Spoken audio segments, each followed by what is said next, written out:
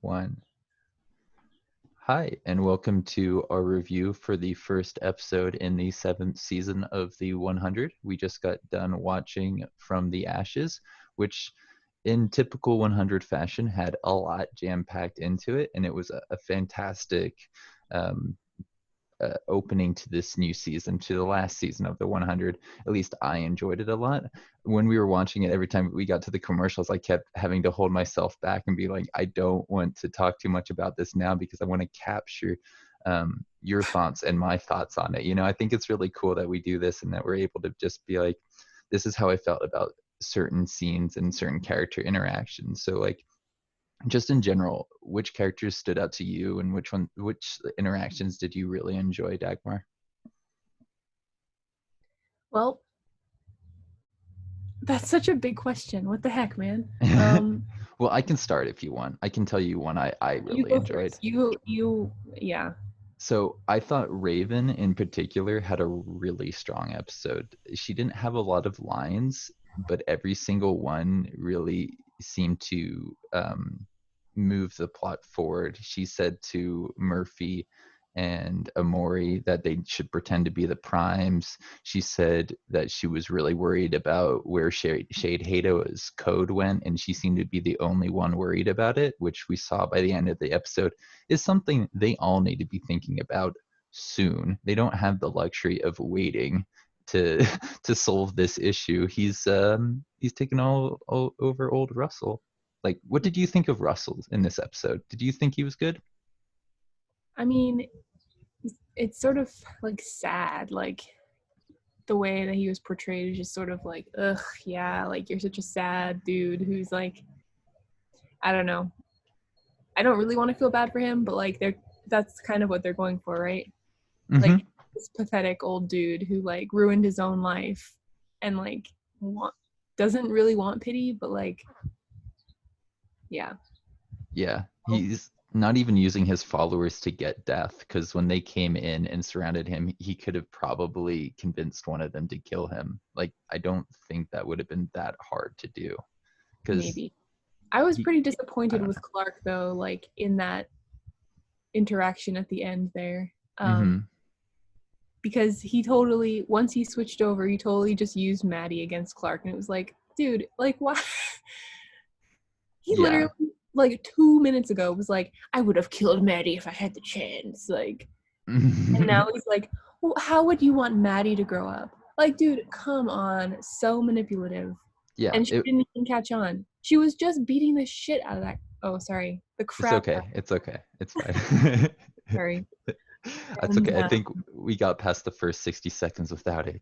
And I'm not monetized, so I'm not bothered, but I totally 100% agree. Like now reflecting on that, that was a definitely an oversight in terms of I feel like the writers didn't um, didn't really put themselves in the shoes of Clark for that scene because Clark is so clever. She picks up on a lot of things very quickly. And I get it. She's emotional. She just lost her mom. She's not really thinking very clearly. And that's shown throughout the episode. When her mom is brought up, she like gets close to tears and keeps pushing it further and further away. You really saw that in with the her and Maddie. yeah, but in the beginning when like Raven said that thing, that felt I think there were a few like weird just writing blunders because the Yeah. Raven thing, like, I don't remember Raven, was she that close to her mom? I feel like Yeah. that she was. Oh, Yeah, okay. in the very first season, it was Still, that seems like a Raven and Abby up on the in the Ark were trying to get down to talk to the people on the ground because Raven cared about her boyfriend. I forget his name now, spacewalker guy. Was it Finn? Is that right? maybe. Yeah, I just that was like so long ago. But Yeah, um years literally. But but yeah, that no, line seemed really out of place. I because I didn't feel like sorry. it's how it is sometimes. It They just were seemed out of place close. because I don't feel like Raven really talks about her mom like at all. But she did with Abby. That was part of her relationship with was her mom was a deadbeat and Abby's mom wasn't a deadbeat. Her mom like Raven's mom used to like sell her rations, her child's rations to get more booze. That was kind of her story was her mom wasn't a very good mom. And Raven ended up like basically getting adopted by Abby, and Abby Dude, ended I up. know that. Oh my God, Okay, I know that. I okay, would. sorry, sorry. My All right. point is, it didn't feel like something that Raven would say. Ugh, moms and daughters. That just doesn't even like. It doesn't seem like something she would say. Period. It felt very out of place. I actually have that in my notes as like a weird line, but I completely forgot about it because like she had a lot of good lines throughout the episode. By the time we got to the end, I had completely forgotten that she said that silly thing. Because I remember in the moment, I think you said something, and I was like, "Yeah, that was weird." The invisible people chasing Hope and Gabriel and Echo were really cool. I loved the visor when that guy got shot. You got to see what they were seeing, and you got some really cool information. Um, I think you were a little bit behind me at that point, so I actually rewatched that scene like 2, maybe 3 times, and um, it's really cool the information that they put up there about how Hope is kill on sight, and um, Gabriel and Echo are rendition to Bardo, and Bardo is one of the planets that's shown in the intro scene. There's supposed to be, I think, like 6, maybe 5 or 6 planets. Kind of like Sanctum is one of them, and I think the home base is Bardo. So they're gonna take them back there. And what was the other thing? There was something else in there that you saw on the headset. Well, I guess that they have Bellamy. It is obviously them. We saw them at the beginning. They were bringing them back. Um, oh boy, I had a point I wanted to say, but I missed it. Oh, in that scene there was uh, Hope said something, or had a flashback of her talking to Octavia, and she said something along the lines of "Mommy and Auntie O will come back for you." So it seems like Octavia knew her at a point between when she was born and what we see now. Like they kind of grew up together, or they had some kind of interaction when Octavia last went through the anomaly. And I guess because Dioza went through it first, that was enough time for Hope to be born and grow up a little bit wherever they are.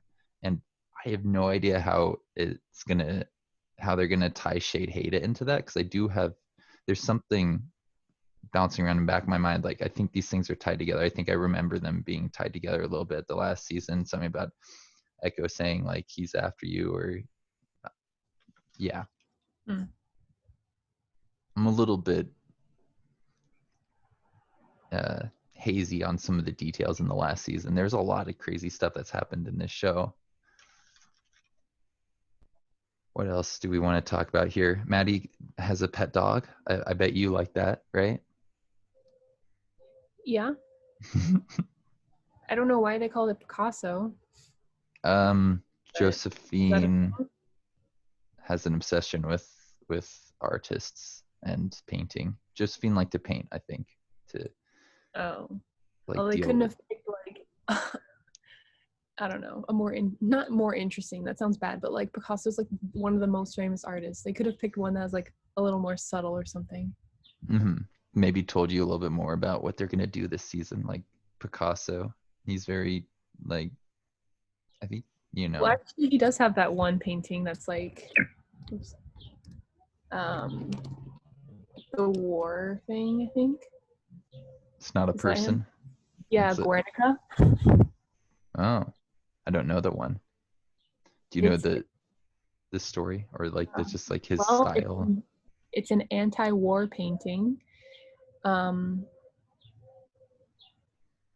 I think he painted it during World War II. Maybe I don't know if it's really connected at all, but yeah, Could be. maybe I'll look into it before next week and report back.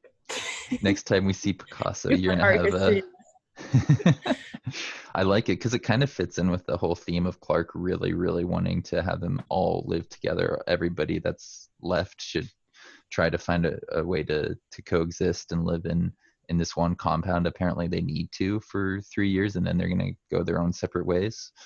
Um, Mhm.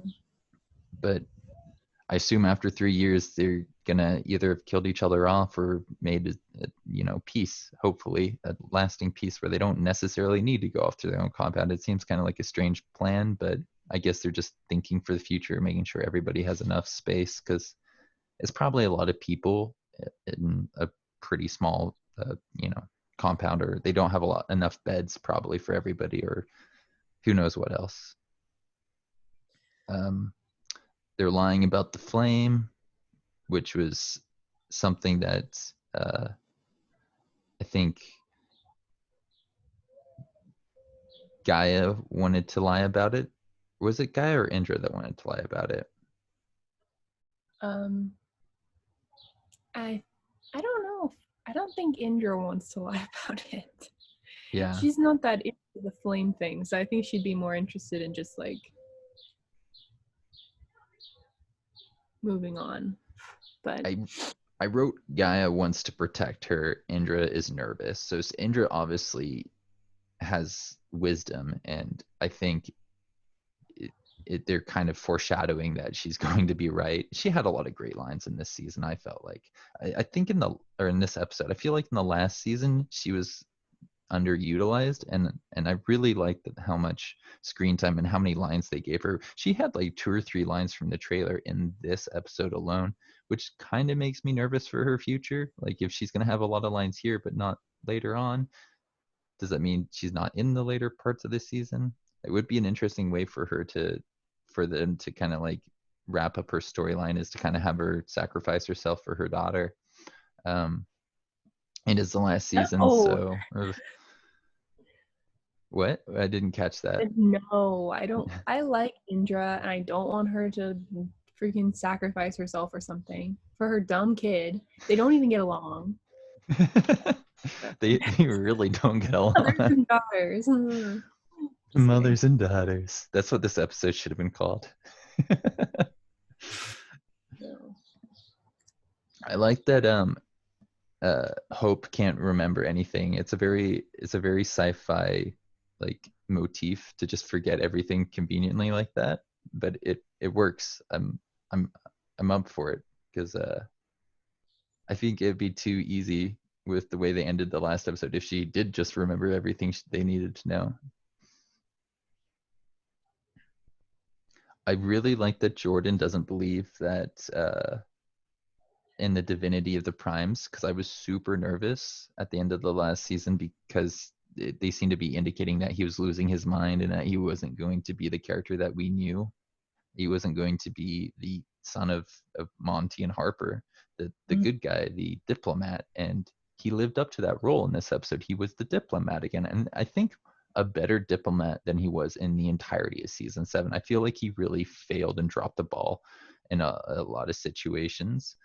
He did do some right things. I think he protected Priya from getting stabbed, but ultimately that didn't do him much good. This season they've already killed Priya. They smashed her mind drive just like that. It really, I couldn't believe they did it so quickly, like without even calling any attention to it. It just kind of happened. Smash, move on. We got to do something new now. But yeah, it got me excited for the rest of the episode, because I'm like, okay, they don't want to spend time on this. They've got something cool planned. It's nice to see Murphy live up to pretending to being the deceiver, because that's like been his role for the longest time, and he didn't want to do that. He wanted to come clean with those people, and it's nice to see him be the kind of villain for the good guys for good reasons. He's always played that role really well, and I can't wait to see how he kind of um walks the line between good and evil. And it seems like Amori's going to get a lot more of that this season too. I've heard some chatter that she has a little bit more scenes this season, and that's exciting. I liked her line about "We are one," something about that being Kaylee's slogan during obligation, something like that. I can't even remember what that was, but it was like genetics. Yeah. So it's really nice to see that. I thought that scene was kind of funny. She like walks up to that guy and touches his shoulder, and he's like, it just like, what kind of like it gave some funky vibes. Yeah, I like that they give us the names if you got captions on of those characters, because that guy's name, it did get mentioned a couple times, because like, oh, okay, so this is Trey, and that's, Daniel, and that's this so and so. It's cool. And then also it helped with the flashbacks a bit, because I was like, who is that on screen for a second? And it's like, oh wait, that's the king. That's Rowan. I love that character. He was a fun character. What did you think of the whole thing about calling back to Echo using the name Echo and not her original name Ash? They did mention that briefly with the flashback. Maybe Echo is the phoenix that they're referring to, and she's going to like have a change of heart at some point. I mean, she cuts her hair. Like, that's a very transformative thing in TV usually. Mm-hmm. Yeah, we did see in the trailer that she's gonna be Yeah. in one of those suits. So maybe she just takes one of those suits and goes undercover. But I feel like the people who set that up are smart enough to know that that's not her. Like, if they get those visors with all that stuff, they know who their Like people those are. people, like I'm kind of wondering if like those people are from like a more tech advanced age that isn't as reliant on fighting. So they Hmm. have like, these really intense like battle armor, but they don't know how to use it. The It's ray some- guns and battle armor. Yeah. Well, their well, armor didn't they protect weren't them getting from. shots. They got shot through, but like they had all the tech to like analyze their surroundings and stuff, right? Yeah, And be invisible. you're right. They did not appear Be kind very of interesting. confident. I didn't really understand why they were shooting off. It seemed like what's his name? What was that guy's name? Was suggesting that because of the particulate matter in the air that the uh rays were getting like deflected or something. Oh, he's saying that you could see the people, like with the dust in the air. If they were walking through, you could just see them based off of the space in the air, and they weren't shooting them because they could if they wanted to. They were shooting so accurately. Echo was like, let's just test this theory.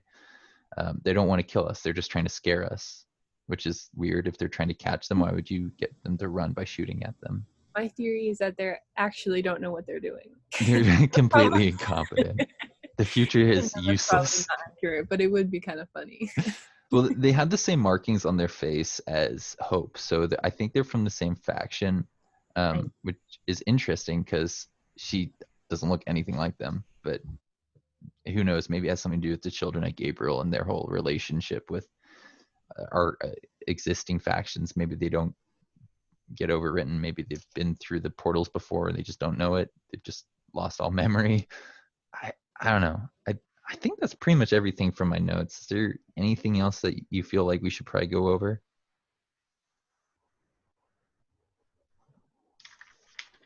I don't think so. I mean, they basically have until tomorrow to solve all their problems, right? I wonder if this is going to be like a super condensed season where like every single episode is within the time span of like 3 days on the compound or whatever. That would be wild. Yeah, I think we may get like a bit of a jump forward at some point, or a jump around, some kind of like shuffling, because having the people go in the anomaly means we're gonna have two locations to really jump between. And I don't really know how that is, how they're gonna bring them back together. I feel like with the way that the time jumps have worked in the past, it would be beyond convenient if they just happened to like go through the same amount of time when they all met up again. Um, Well, as we know, the soldiers can control the anomaly, according. mhm. So, would it be that convenient if they can control the thing? Yeah, if you've got your gear on, you can probably avoid amnesia and go when you want, maybe exactly when you want, to the location that you're trying to go to. I just want the answers. I'm loving it because I feel like we're gonna get some soon. I don't think it's gonna take more than an episode or two to get some real answers on those people and the way their society works, just so they can actually like do some conflict and drama. Um, but yeah, I think this is a good point to wrap up the episode. We'll be doing another one next week. See you then.